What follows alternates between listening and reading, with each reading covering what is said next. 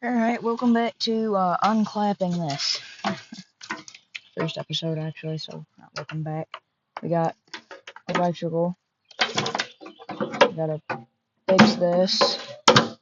Actually put an axle on it. Fix that. I'm gonna hook this up to some four-wheel drive setup.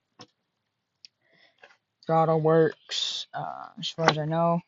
Choke works. I need to put an ignition on it.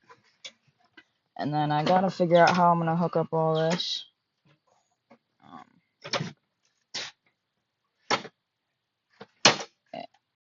And then I gotta get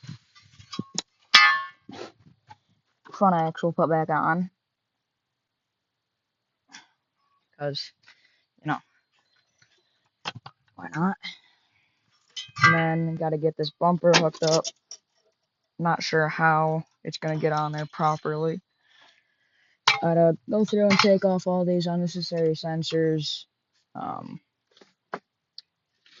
Figure out how I can actually fix this issue. Or if I can just take these off.